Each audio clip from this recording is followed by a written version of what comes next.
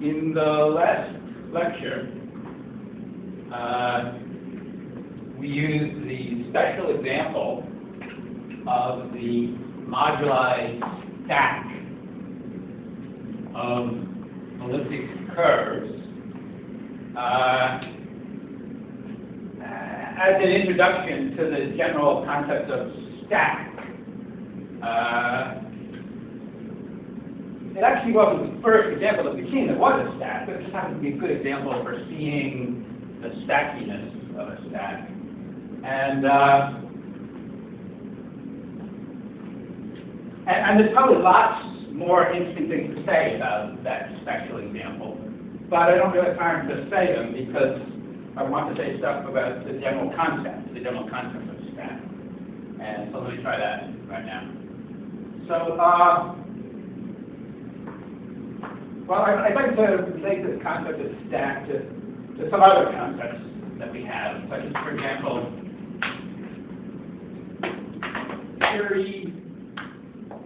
the theory of a doctrine,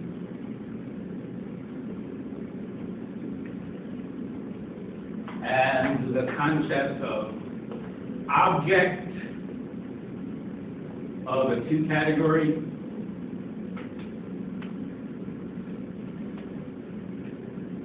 I'll start with those for now. And so these three concepts are really closely related to each other. There's probably a fourth concept that I should include, but these three are very closely related to each other. These two over here are almost the same by imprecise definition. We've been very vague about what an actual definition we would have for a doctrine or theory of a doctrine. But to the extent that we have given a definition, it's a whole lot like that. The theory of a doctrine is a whole lot like an object of a two-category. Almost by definition, those two concepts are very closely related. And then this concept and this concept are very closely related. I'll sort of draw an arrow going that way.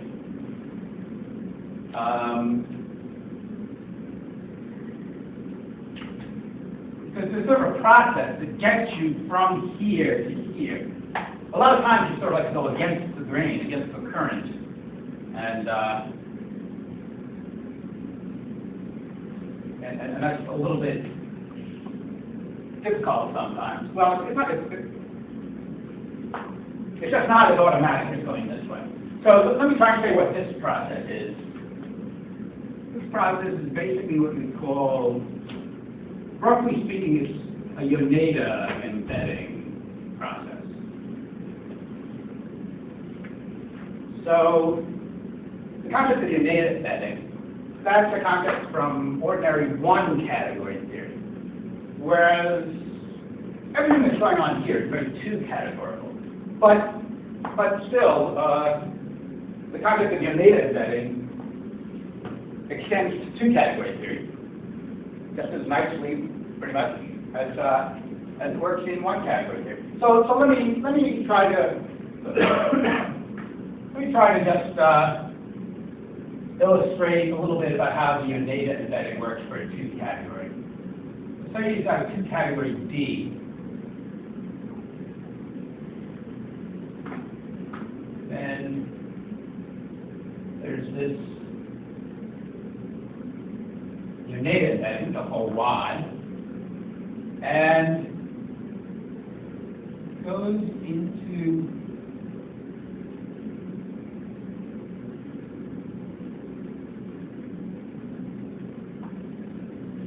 it goes roughly like this, except you need some ops, signaling contravariance. You need them somewhere. I think in this case, it's better to put them over here. And let me give a little formula that describes what Yoneda embedding is doing.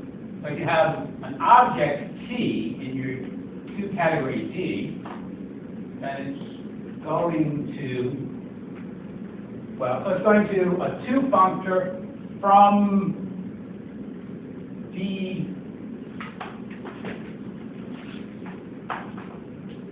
two functor from V to the 2 category of categories. And that goes like this. If you have another object here, let's call it E, that's going to what I'll notate as like that. So this is saying the object T is going through this process that takes the object E to humming from T into E. And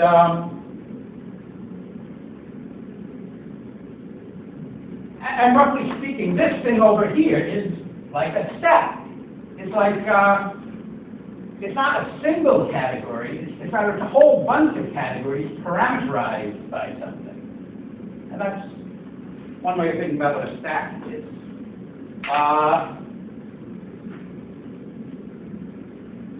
I should generalize this a little bit. A lot of times, well, first of all, we're trying to think what some of these letters stand for, if it's not already obvious. So, I suppose the letter D is supposed to be a 2 category, but a 2 category is supposed to be a lot like a doctrine. A doctrine, so D is standing for doctrine, T is standing for the theory of the doctrine, and E is standing for an environment. It's really just another theory, but a theory that sort of is in the mood to be interpreted into. So this kind of thing, we're assigning to the theory T all the ways of interpreting T into a bunch of environments here. But it's useful to generalize this a little bit. See, instead of this kind of saying that we're considering the models of T in all possible environments. E is any object in T. So it's often useful to have a sort of restricted unit embedding, where you only consider some possible environments. So that could be sort of like this. You have some sort of inclusion of just some of the environments. Some object of the 2 category that you want to be the environments in which you're going to be interested in models that live there. And so you can put D prime over here. Now we're putting E prime over there. And this is just slightly more general than what we had before. But it's still giving us a stack, but the stack is kind of being parameterized by something a little bit different than the original D. So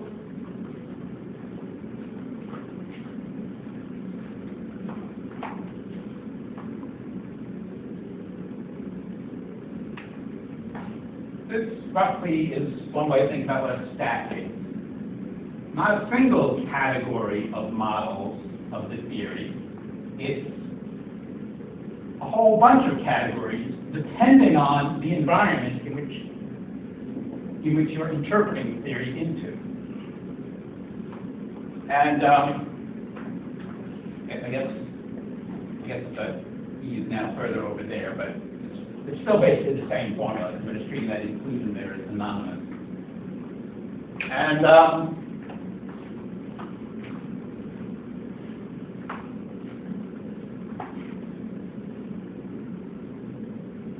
so this is supposed to remind us of and help us understand our guiding slogan, which is getting modified a little bit as we go along. I think with originally every space, actually every stack that algebraic geometry is a moduli stack of models of a theory of a doctrine.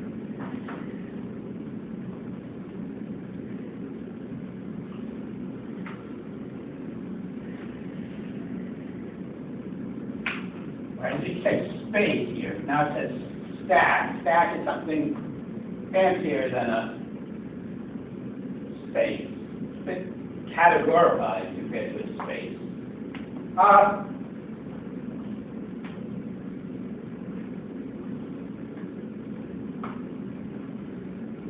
In fact, everything here is a bit categorized compared to something else. It's perhaps useful as a sort of another guide for your intuition to take these concepts here and decategorize all of them as best as you can. I mean, everything we're doing here is so vague that there's a certain amount of opinion involved in the best way to decategorize these things. I mean, it's pretty obvious with this one here, when you decategorize, it's the object of a one category, also known as a category.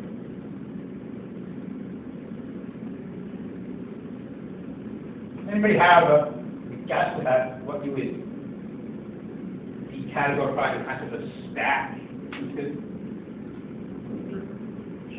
Yeah.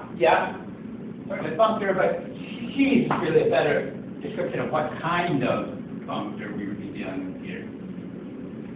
So far, I think most like pretty sure you just go through a set.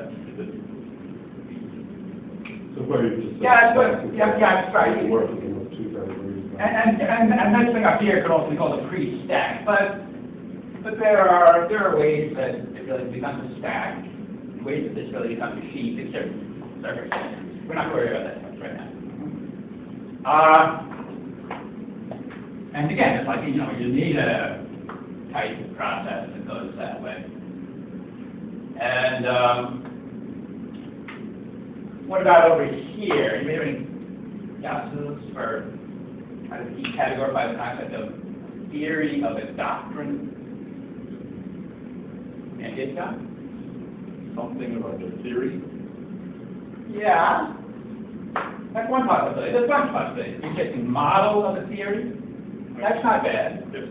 You could also say algebra of a theory, suggesting that it's an algebraic theory, which might be a good idea. If you think of it as being like an algebra of a theory, a suggestive particular case would be like a Boolean algebra. A Boolean algebra is an example of something that you can sort of think of as a propositional theory in a certain way, as compared to the kinds of theories that we're dealing with up here, which are not really propositional theories. They're more like, well, they're closer to being, in certain cases, they really get very close to being theories of the predicate logic rather than theories of propositional logic.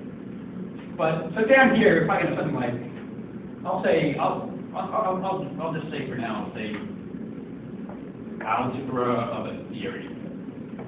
But that's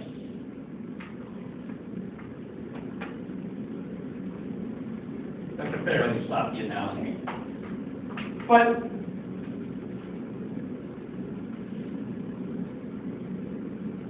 yeah, I mean, you have to ask yourself, to what extent do you really believe this equality or approximate equality?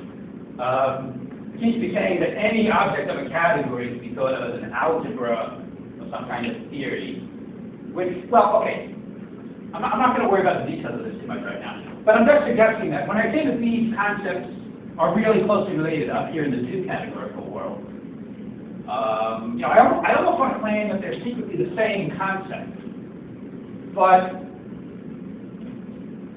to understand the loose sense in which I mean that, it's probably a good idea to compare the decategorized case, where everything is now about one categories. And you have to ask yourself, well, what extent do I believe that this concept and this concept are really the same? Or this concept and this concept? It's a bit loose. Are you going to do any examples? I'm perfectly happy, but I can imagine not everyone might be perfect. I said, I mean, we already did an example. Okay. We did. Meaning, but yeah.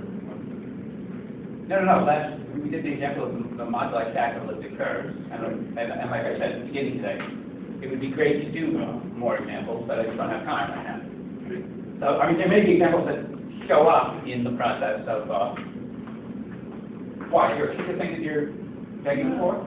No, I'm not. I love theories of doctrines, and algebras and theories, but when that's floating up into the stratosphere a little bit high. Sure, it is, but I just don't have time to Okay, go fine. into details right now. Right. So, so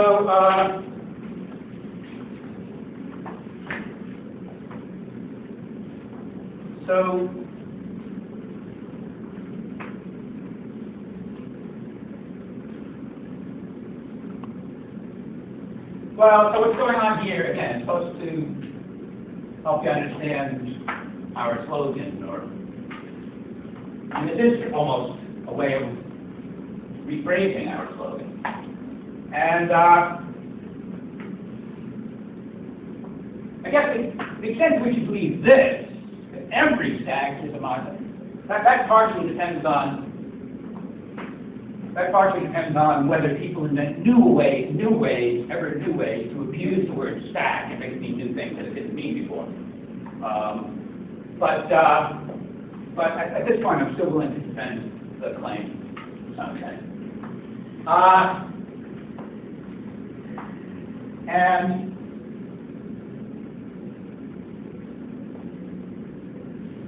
So one thing about this slogan is that the more you understand it, and the more you understand the terminology that's used inside the slogan, the more tautological it gets. I mean, maybe that's a general feature of slogans in general. But in fact, if you try and take the slogan, you really try and boil it down to the real content inside, you might be able to rephrase it something like this. What it's really saying is that algebraic geometry is about the study of a two category,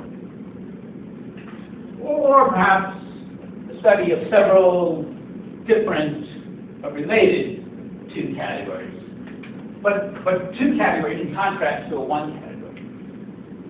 And because what this is saying here, it's saying all this stuff, and this is all very focused on the idea of a two category. And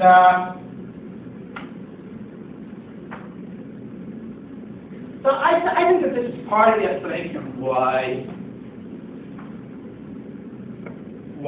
some category theorists, such as myself, have sometimes had a lot of difficulty in learning algebraic geometry. Because I think algebraic geometry has sometimes been missold. Sometimes it's been sold as being about a certain one category, something like the one category of schemes or algebraic varieties or something like that. And I think that's very misleading. And it causes confusion and misunderstanding for some category theorists. So I think it's important to understand that algebraic geometry is really about a two category, or some two categories. Now you can try to say that that's not exactly news, right? You can try to say that a lot of people have probably heard by now that algebraic geometers like to talk about stacks sometimes, and that's somehow something too categorical is going on. But part of the point I'm trying to make here is that I don't think it's appreciated how early the two categorical aspect of algebraic geometry really shows up. It's not some frosting on the top. It's really very at the heart of algebraic geometry. More specifically, this two categorical aspect of algebraic geometry, the place where it really begins to show up is right at the moment when you get beyond doing affine algebraic geometry and begin doing projective algebraic geometry. Because projective algebraic geometry is really, as I've tried to argue, it's really about these dimensional theories. And these dimensional theories,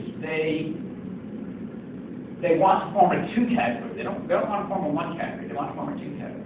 So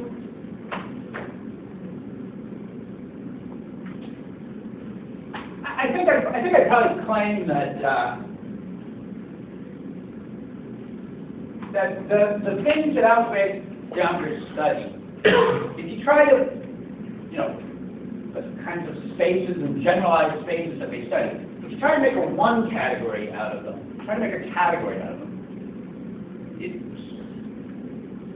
it tends to be a somewhat ugly category. Whereas if you try to make a two category out of it, it tends to be a much nicer as a two category. A rather beautiful two category. Which is what? Well, like there are several different ones.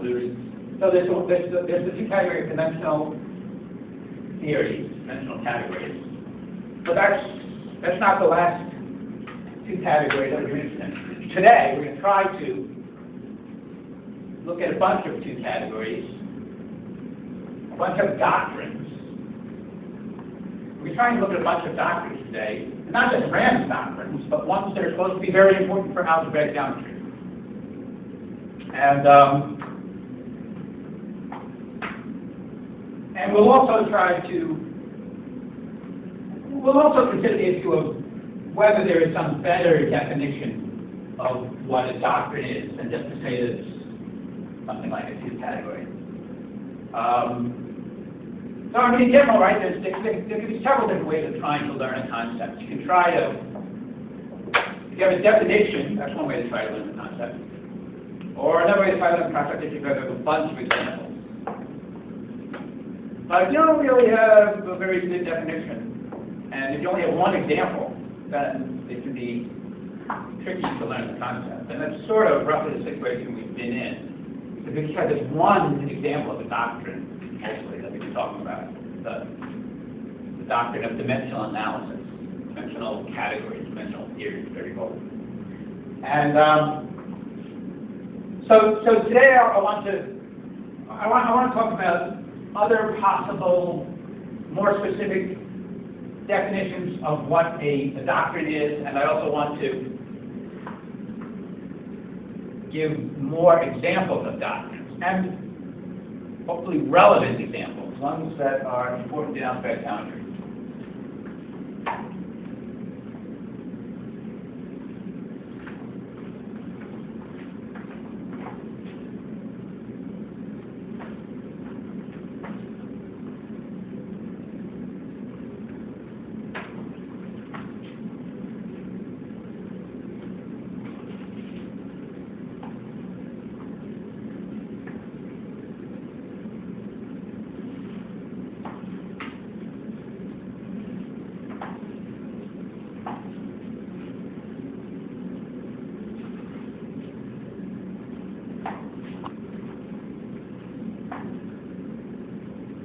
I guess I'll start listing some candidates for a definition of doctrine, for candidates for what the definition of doctrines maybe should be. I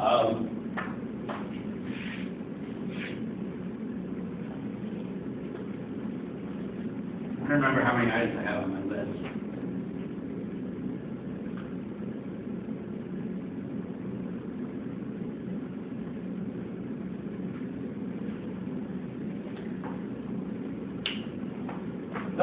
The first definition that I'll mention is, as far as I know, the first published definition of what a doctrine is that I know about, which is Levier's definition.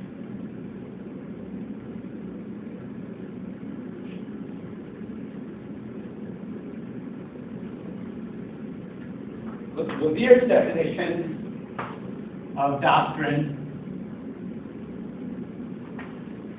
Levier's definition of doctrine is that it's a doctrine is a monad on the category of categories. I guess make that parse better on the big category of small categories, or something like that. And a theory, in Lebier's definition, would be an algebra of the monad.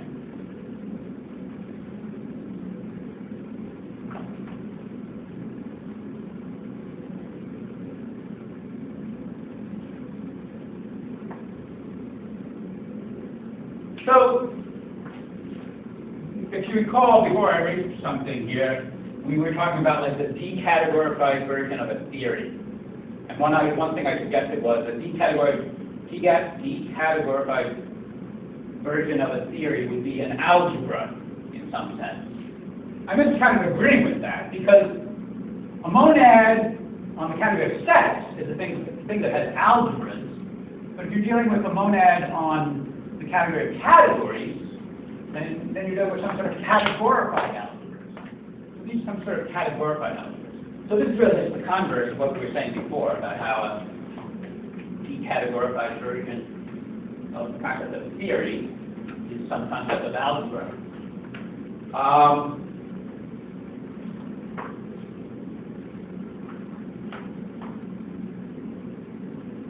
Well, this was Lebier's original definition.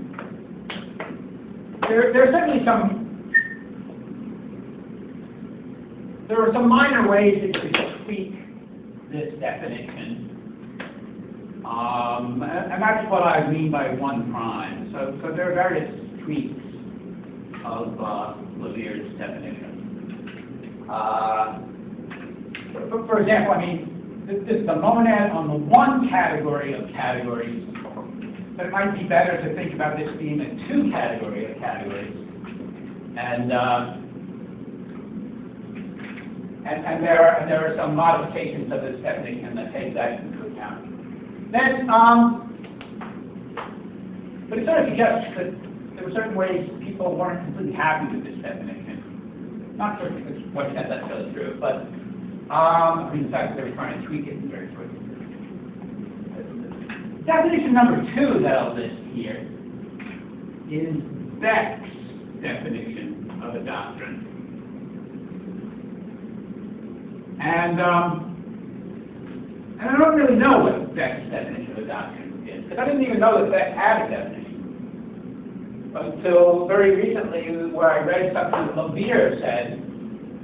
I thought Lebier had invented the concept of a doctrine, but I read Lebier saying that, if I understood correctly, that he actually got the idea from Beck in some sense, but that Beck's version of the concept was a bit different.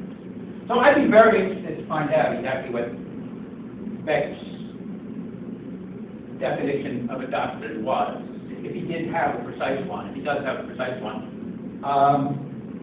I guess I'm just being lazy and not finding out whether he does have one. But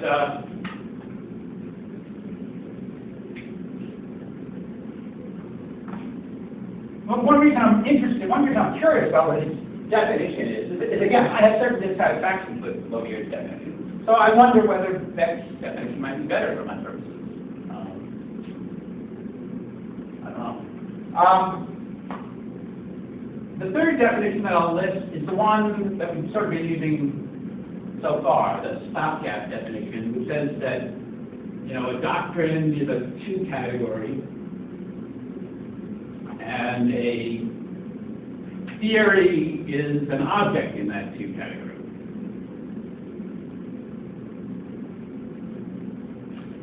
The fourth definition, and also for crime, will be variations on the third definition.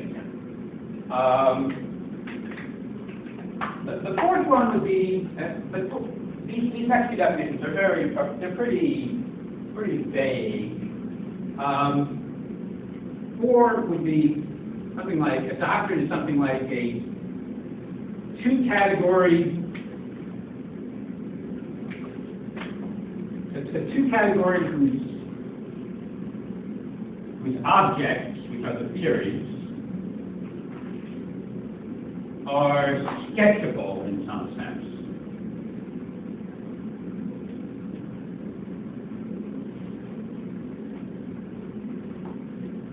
sketchable in the sense that we talked about sketches of theories.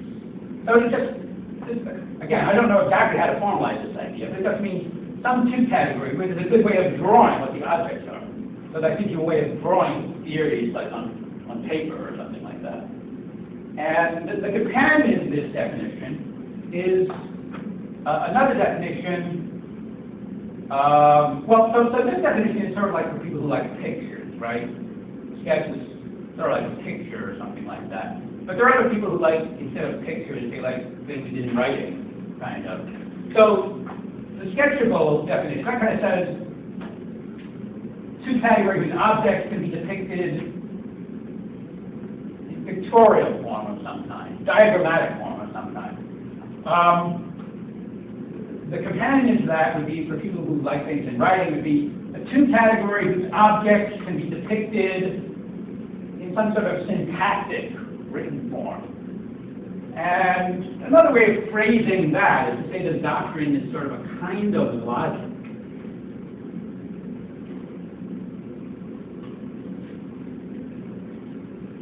In the sense that logic is about some way of writing down theories in some sort of syntactic form. And the fifth definition that I'll give, the fifth definition, again, probably looks suspiciously similar to the third definition. I'll say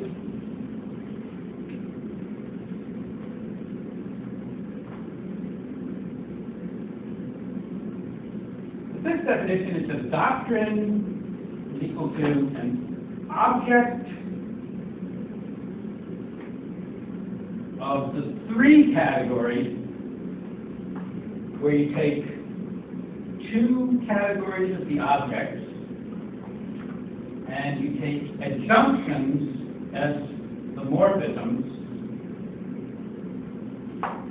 This notation is sort of supposed to say that this is what the zero cells are, this is what the one cells are, and as I kept going, it would be two cells. But I'm mostly just into the zero cells and the one cells.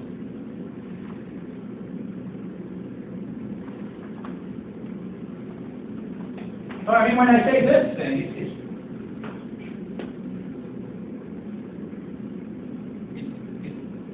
if you read carefully what I'm saying, I'm still saying that a doctrine is really just. I'm really just saying that a doctrine is just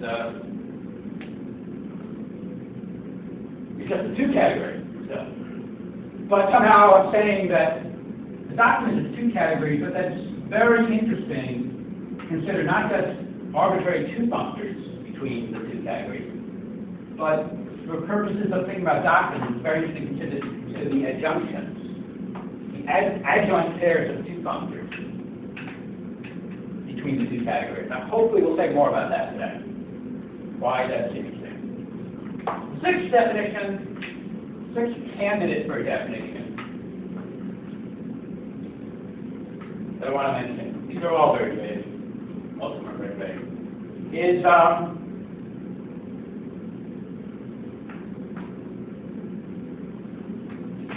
well, the sixth one is maybe even vaguer than the rest. It's like a doctrine is an object of some three category.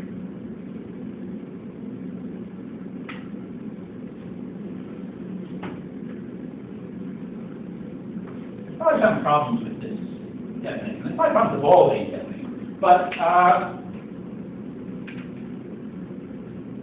somehow this is a generalization of this one.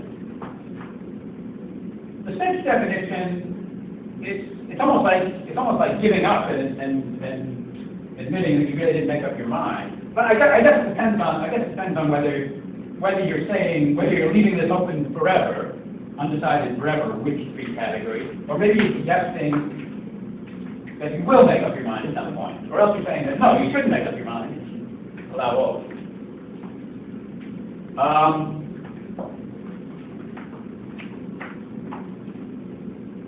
So,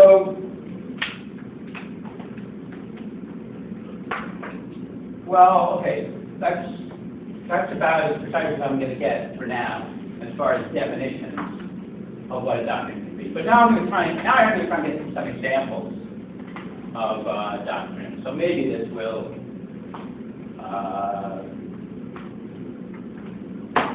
maybe John will like some of the examples that I'm going to give, or maybe he won't like them. But so.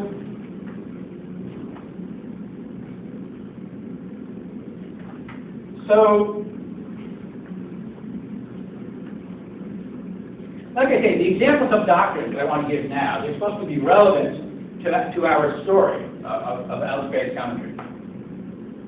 And they're relevant in a particular way. So there's something that I want to talk about that I'm going to call the ladder of doctrines.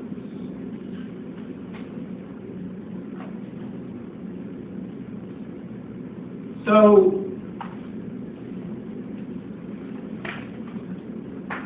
the phrase ladder of doctrine suggests that there's something that you want to climb up. And it probably suggests that we're starting at the bottom. And that's right, we really are starting at the bottom. In the sense that the one doctrine that we have so far is pretty low on the ladder. So we have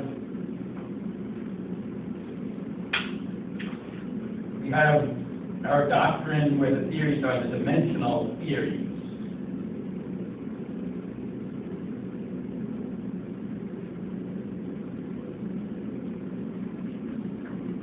It has to be very low on the ladder.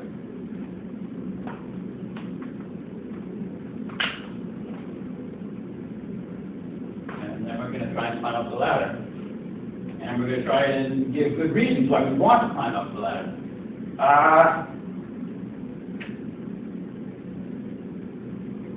So let me try to do that right now. Let me try to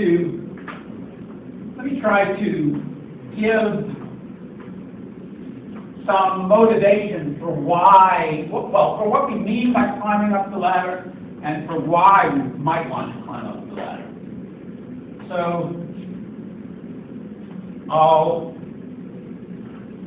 try to explain this with a specific example of a dimensional theory. So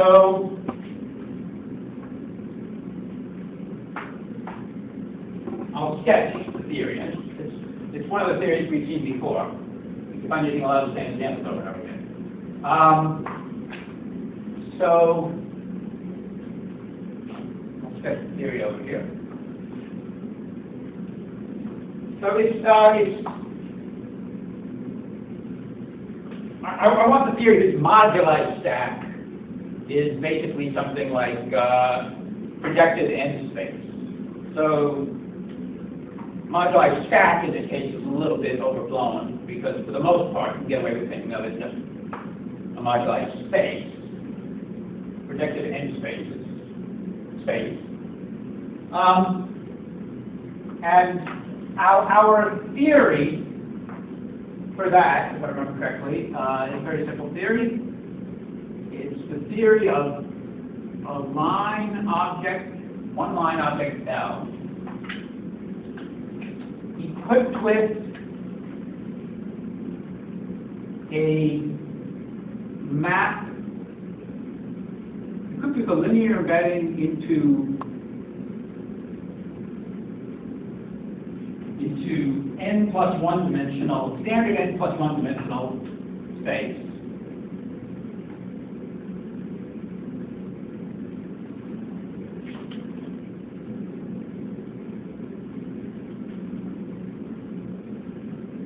Which you could rewrite as,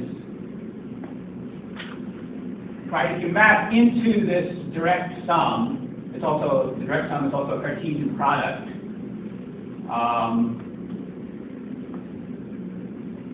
Well, in a category of vector spaces. I'm cheating here because we're supposed to be talking about just line bundles, but formally we can get away with pretending that they have direct sums. But I guess if you want to legitimize that, you would write what you really mean as being a map into this direct sum is really a bunch of maps. And you could have n plus 1 of them, just like here you're supposed to have n plus 1 sum n.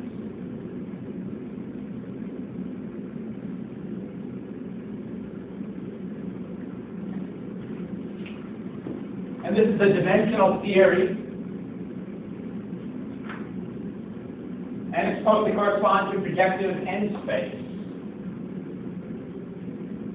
But I think we've already commented on how, a number of times, on how there's something slightly wrong with this idea, which is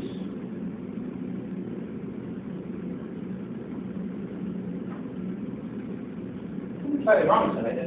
So, I mean, this is saying the theory of a line object, the theory of a line equipped with a linear map into standard n plus 1 dimensional space. But you'd really like it if this was not just a linear map, but if it were a linear embedded. Because that's, right, that's what projective space is really supposed to be about. It's supposed to be about the points of the projective n space are supposed to be one-dimensional subspaces, just like this one-dimensional space, that are embedded in n plus 1 dimensional space.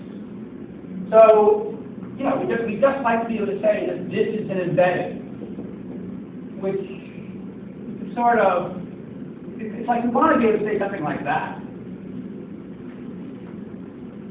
This is a little decoration, meaning that this is a monomorphism or something like that. Basically means like an embedded.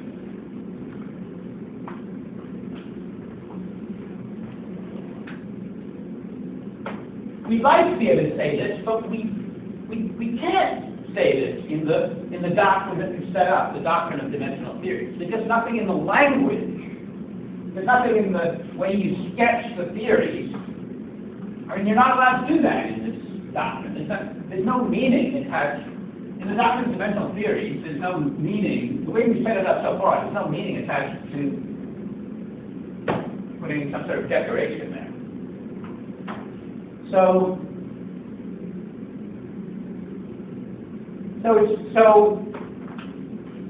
it's like there's something you want to say, but your language lacks the expressiveness to say this thing, which means you're stuck on a low rung of the ladder.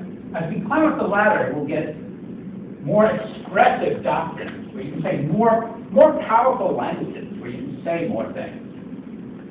And in the sketches, that will show up in terms of there will be extra kind of symbols and things that you can use in the sketches. Or if you were doing instead of doing the diagrammatic approach, where you have to use sketches of theories, if you were doing some sort of more syntactic, written way of describing the theories, then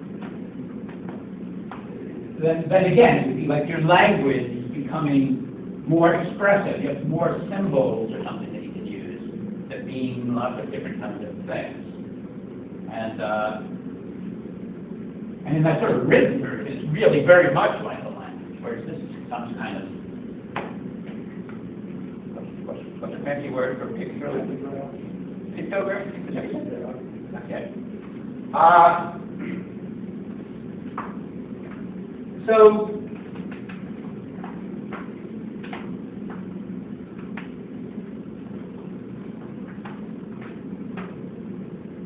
yeah, we'd like something in our language which lets us say, in effect, that this is an embedded. And so there are some doctrines that we can put up here that will let us say something like that. And so, okay, so I'm trying to organize some sort of chart here, you know, like a ladder. And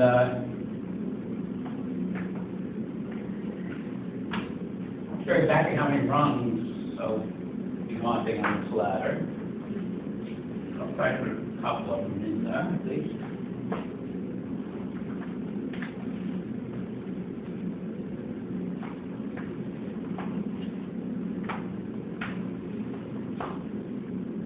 I'll have some columns here. So, over in this column, I'll just have names for the kinds of theories that show up in the doctrine. In a lot of cases, I probably just don't have a good name. I'll probably do it blank in a lot of cases. But in some other column, I'll try to write some sort of description of the kind of things that you're allowed to say in the language. Like maybe sort of the kinds of symbols that you're allowed to use, things like that. And in some way, knowing that kind of symbols is supposed to tell you really what two-category it is that this doctrine really is. So like, what do I mean? So, well, I'll just put a column here. And for the concept of dimensional theory,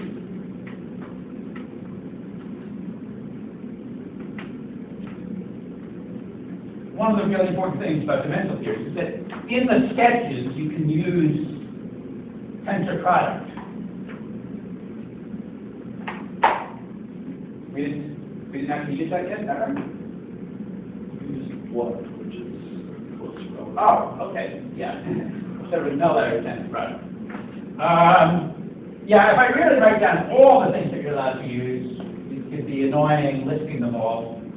So this is supposed to be a shorthand for a bunch of stuff. You can use tensor product, and it's got, in this case, you can use so-called null area tensor product, which is like the unit object, which is this object right here, showing up all over there. And another thing that's included in what this is shorthand for is that this tensor product is supposed to be symmetric. And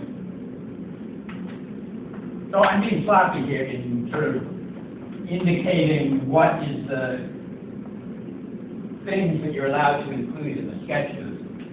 Another thing that you could include is you could include addition of morphisms. I guess I don't have to say morphisms, I guess, because somehow the fact that there's not a circle around it is supposed to tell you that it's about things at the morphism level rather than the object level. So that kind of plus, different kinds of this kind of plus, this would be about things at the object level. I guess, and that is a little bit mysterious, right? I mean, why is it that you're allowed to use this is obviously blatant cheating. I guess the point is that this one is cheating, this one is more legitimate. There's probably a theory of when it's legitimate to cheat, but I guess I don't want to say anything about that right now. These were symmetric monoidal. Symmetric monoidal, that's all indicated there. Linear. That's indicated here. You can add that each Tom's set is actually an abelian group or something like that, or a vector space or something like that. But maybe I also indicate addition and subtraction and zero, things like that. And all the objects have inverses. Yeah. So maybe it's very tempting to think that you could include here some sort of operation on objects that amounts to taking the inverse of an object. There's actually something fishy about that, which is the thing that's fishy about that is that this is actually sort of a negative capability rather than an extra capability. I mean, what this is really saying here, so it's written in a very sloppy way, it's really saying is that you don't have the option of including any non-invertible objects in your theory, in your category. See, to talk about inverses, as soon as you have tensor product, that already gives you the ability to talk about inverses, right? I mean, you can. If you have two objects, B and W, then you can express the idea that they're inverse to each other by, sort of by saying that B tensor W is equal to the unit object. But then, of course, I sort of categorize this equality here in some sort of arrows or something like that, some sort of isomorphism. But you don't really need any extra permission to be able to talk about inverses. Once you have tensor product, you already spoke about inverses. So this is really like a limitation, actually, in that you're not allowed to talk about non-invertible objects in this doctrine, the doctrine of dimensional theories. And I guess there's other fine print that I'm not even aware of right now, right? There's some restriction in the sense that all the objects, so they have to be monoid, right? In dimensional theory, I've said that the objects have to be line objects, and that means that they're invertible, but the other fine print is that their self-braiding is trivial. So if I want to write things very carefully, then I'd have to write a lot more stuff here, but I'll just be talking here now. So we'd like some higher doctrine here where we can say, in effect, that this is an embedding.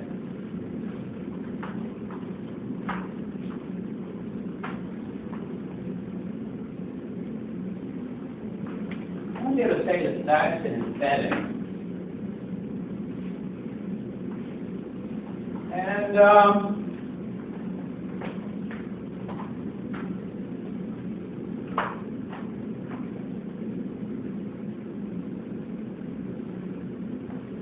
the face of it, there might be lots of different tricks that you could use, lots of extra kinds of expressiveness that you could add to the language that would allow you to say that this is an embedding. But I think there's one particular answer that turns out to be very useful, very good for algebraic geometry. And I'll try to put that on this level right here, because there's probably some other thing in between that I probably want to add later. So there's some doctrine, I'm not sure I have a really good name for it, that when you can talk about tensor product, you can talk about addition and subtraction of Markov.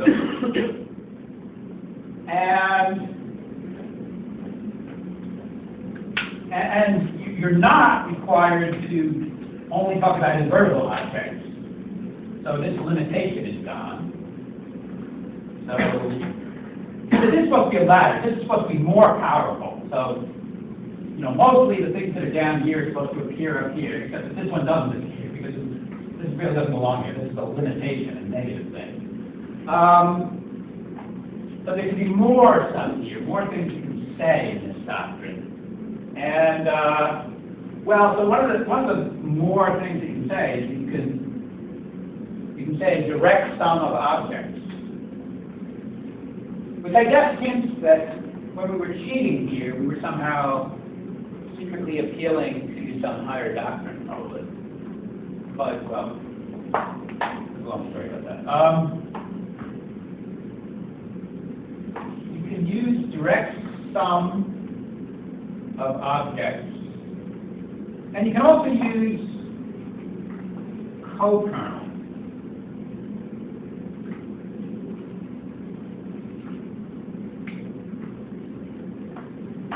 These two things together, direct sum and co-kernel,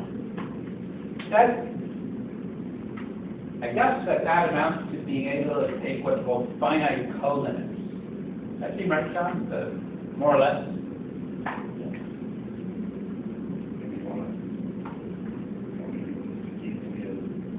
Zero object. Well, yeah, but that's sort of, we're taking the idea that that's sort of, that the zero object is sort of going along with the direct sum. And so we want to doctrine something like this. And really, I'm being very sloppy here, because there could really be a fair amount of work involved in really carefully specifying what two category it is that you're talking about when you give yourself the ability to talk about this stuff. Let me think of some sort of name for these things. I'll use very silly names for that. Yes? I'll just do it if you won't keep this thing. Yeah. Too precise. Yeah. Long. Yeah, I probably will say, but go ahead. But I'll just say it anyway, so something like finitely complete, symmetric, monoidal, K-linear categories, or Yes, and, additive categories. yeah, something like that is probably, I mean, that's precise notion. If the tensor product is sort of coordinates, and that's something people use a lot. that whole concept that you just talked about? Yeah, they do, yeah. Well, they don't probably going to use a lot, but they're sure a name for it. I don't know. Maybe they go a little bit further. Sort of abelian. Yeah, yeah, I was going to say, I'm going to sort of feel that, I think something like, tensored, oh, I would say something like, that's a silly name that I'm making up, coherent tensored abelian category, or something like that. Too strong. Oh, it's done, complaining about it? Definitely. Oh, you're complaining about what? Too strong. Yeah, it probably is. Why do you think it's too strong? Because it has, Just pointing at that. and the abelian category has some kind of finite limits as well as co-limits. There's probably other things, there's probably other ways in which it's too strong as well. But, yeah, I'm just being incredibly sloppy here, that's all. I don't know what it should be called. But I think I actually do know what it should, even though I don't know what it should be called, I think I do know what it should actually be. But to give the technical details of what it should actually be, that would be something we really don't have time for right now. But the rough idea is this is the stuff that you want to be able to say. This is the kind of operations that you want to be able to use in your sketches of the theory. And how does the ability to talk about this thing, how is that supposed to answer our request to be able to say that this should be an embedding? Any ideas about how to say that that should be an embedding? And it may be that in order to do this, the real answer is will have to cheat a little bit more. But any ideas about how to express the idea that this should be an embedding using this kind of syntax or this kind of diagrammatics?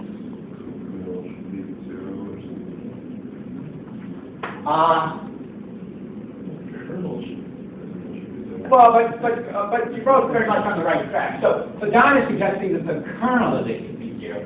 But that's not helping us a whole lot because we didn't give ourselves the ability to talk about kernels. But so we're stuck with somehow using co-kernel. But somehow because of the fact that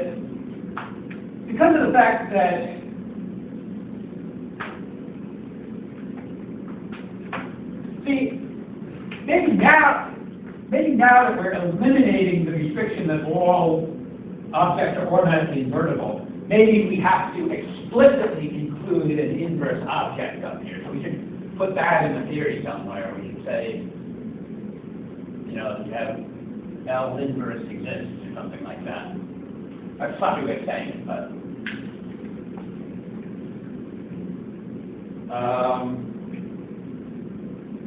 Yeah, I have Chris Leonard duality. So Yeah, the moment you have an inverse object, an inverse is a very strong kind of dual object. And it's a little bit tricky. I wouldn't say that having these inverse objects around, I wouldn't say that it like completely erases the distinction between limits and co-limits. But nevertheless, it gives you a certain ability to simulate some limits by co-limits some of the time.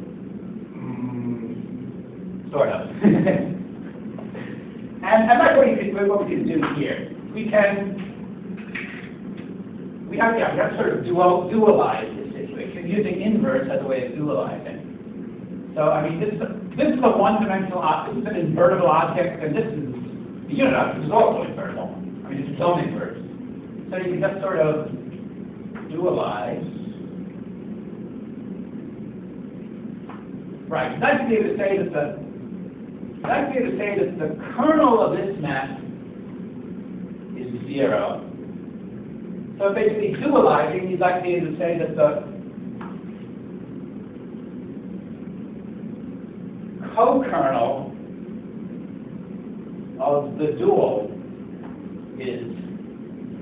the dual map of this is 0. So, you know, the dual map would go from here into L inverse. And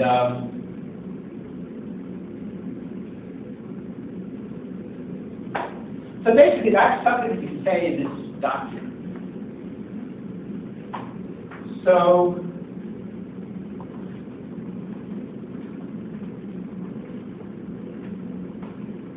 this is a more expressive doctrine. It lets you do things that you really like to do that you couldn't do down here. It lets you really give the correct description of what projective in space is really like.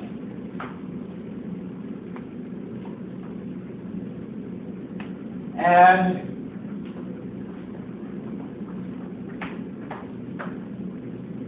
you give the correct description of what projective in space is really like.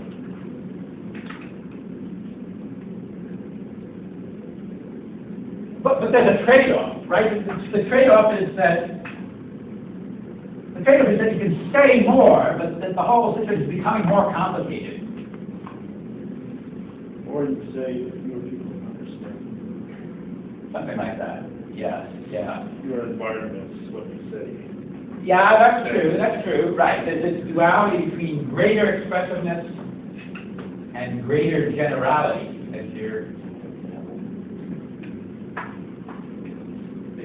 as your expressiveness goes up, your generality, the generality of the environment in which you can be interpreted, be understood, the expressiveness goes up, the generality of the environment goes down, vice versa. But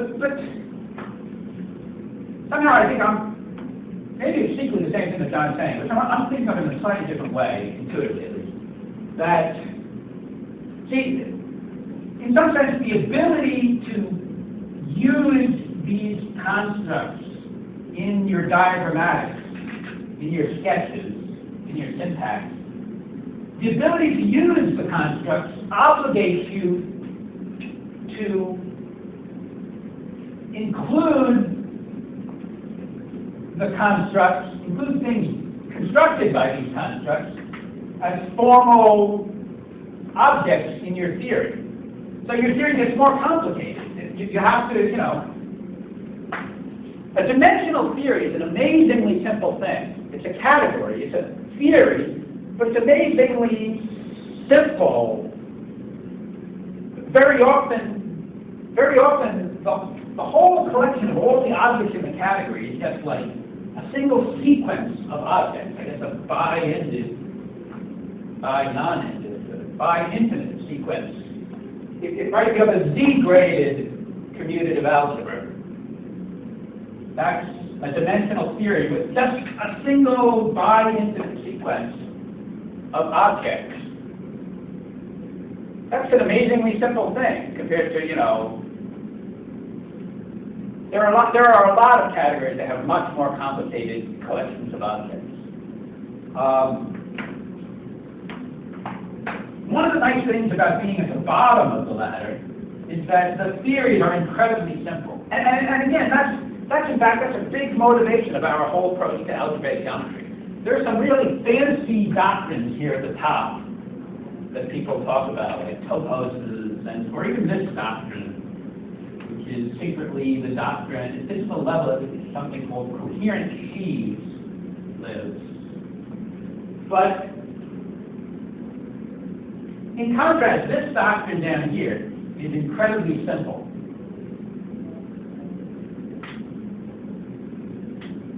Which is why, one of the reasons why it's very helpful in learning algebraic geometry. It's such a simple doctrine, and yet it's useful in algebraic geometry.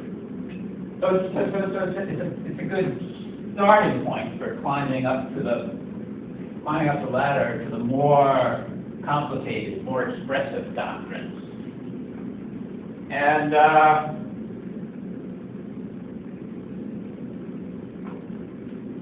so when you get to this doctrine up here, you're sort of obligated to include in your theory the objects that are constructed as, formal direct sums, formal co-kernels of things that are already in your theory.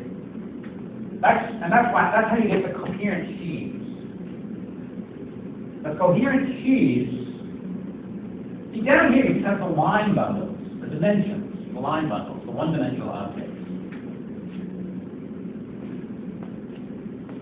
When you get this greater expressiveness, this greater syntactic power, you have to include the objects that you build up from the line bundles by taking direct sums and co-kernels and stuff like that. And that turns out to be these things called the coherent sheaves.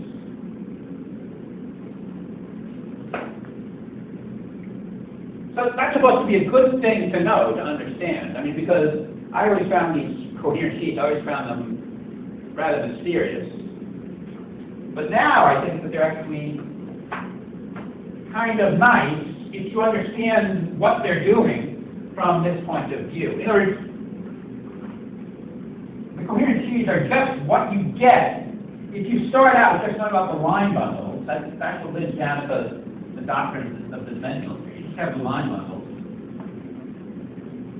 And then just formally introduce the direct sums and the co-kernels in sort of universal way.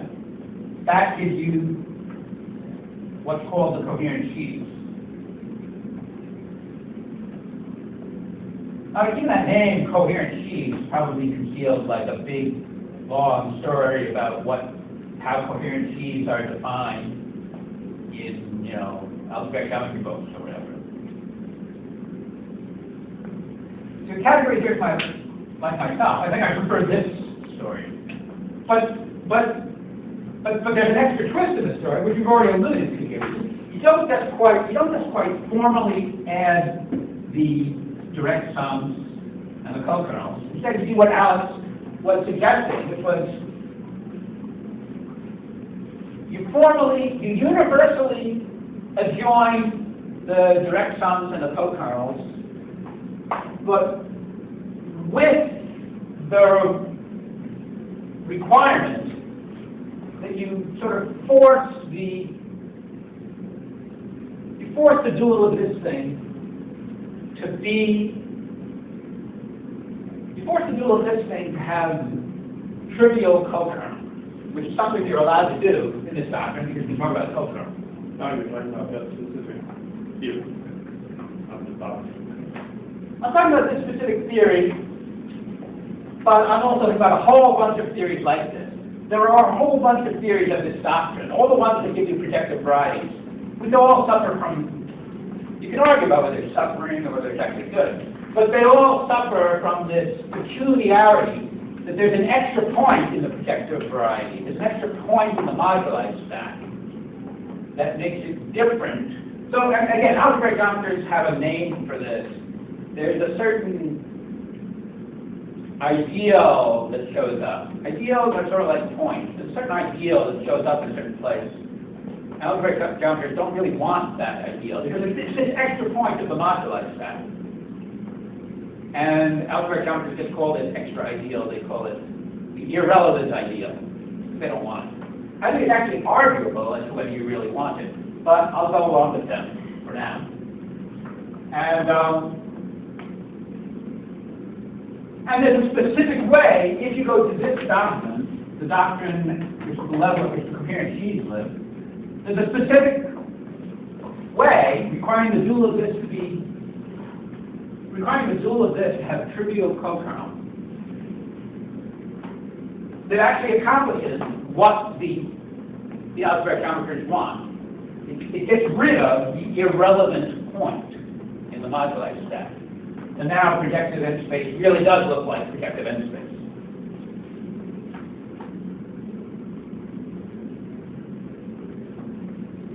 But let's try to make that more concrete. Let's try to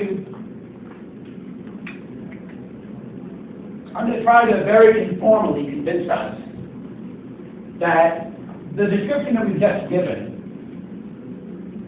really does match what the coherent sheaves are. So in particular, if you look at some algebraic geometry book like Hartshorne or something like that, then there's a theorem in there about how to think of coherent sheaves, how to relate them to the graded commutative algebra that gives the projective variety. And that's really what we're talking about here. Let me see if I can at least informally explain what I'm talking about here. So, what am I trying to say?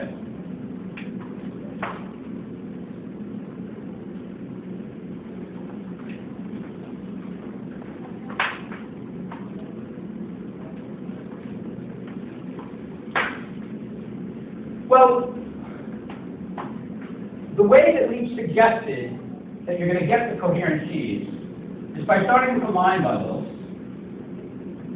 and then formally adjoining direct sums and co-kernels and doing it in a universal way, except universal subject to one proviso, which is that you should force the dual of this map to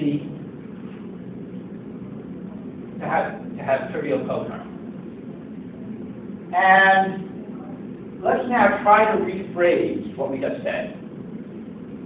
We're going to try to rephrase it in a way that matches what it says in the textbooks about how to understand coherent sheaves in terms of graded commutative algebras. So, here goes.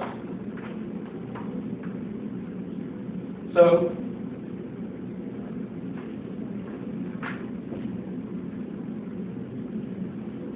direct sums and co-kernels, that's basically, that's colimits, well, finite colimits. So we're trying to adjoin formal colimits. We're trying to introduce formal colimits of objects in our category that we started out with, which is the category of line bundles.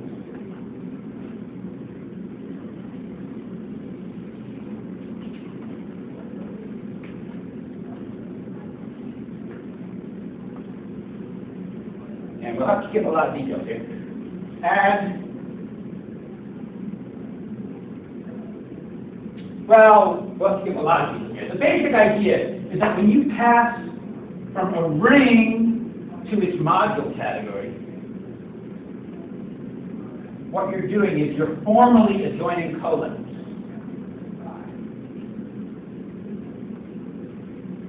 We'll have to skip a lot of details there, but that's what happens. And if you just consider just the finitely presented modules, then I guess roughly speaking, that's just adjoining some sort of finite colimits. And it's doing it in a universal way. So,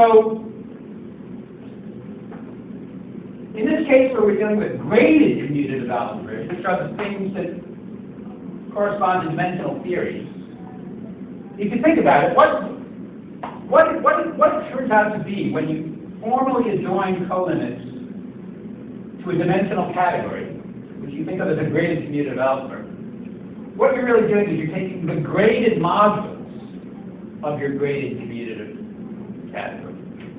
So that's the first step on the way to getting the category of coherent sheaves. You have this dimensional theory, which you can think of as a graded commutative algebra. You take the graded modules of that, and that's formally adjoining colimits. I guess you should take just the finitely presented modules or something like that. So you're just formally adjoining the finite colimits. And that's what you're supposed to do, except that we haven't taken care of the steps. We haven't taken care of the step of forcing the dual of this map to be an embedding. They say that forcing the dual of this map to have a trivial co-kernel. Yeah, we want to force this map to be an embedding, but morally that's equivalent to forcing the dual of this map to have trivial co-kernel.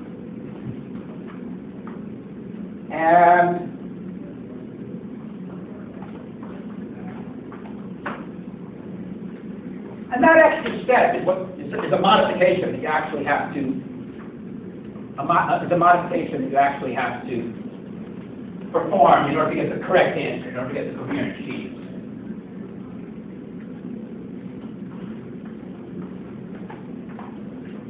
I don't think I did have time to really spell out exactly how it works here. Very nice.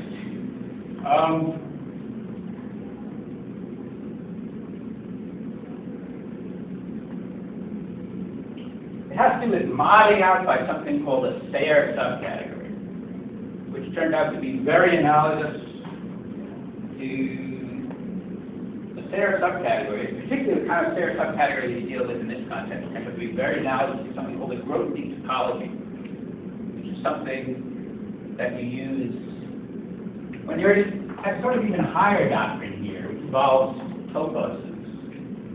More particularly, it involves ringed toposes. We'll have to quit here for now, and we'll have to try to go further later on.